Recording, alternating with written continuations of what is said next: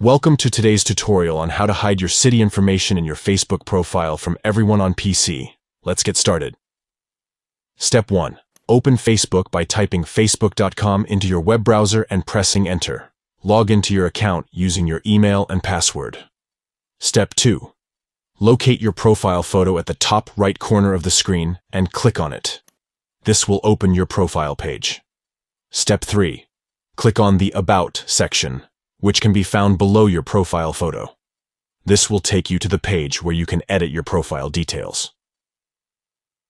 Step 4. Inside the Places Lived tab, look for the icon next to the 3 dots icon. Click on it to reveal a drop-down menu. Step 5. From the drop-down menu, select Only Me. This ensures that only you can see your city information on your profile. Step 6. Once you've selected Only Me, click Done to save the changes. And there you have it.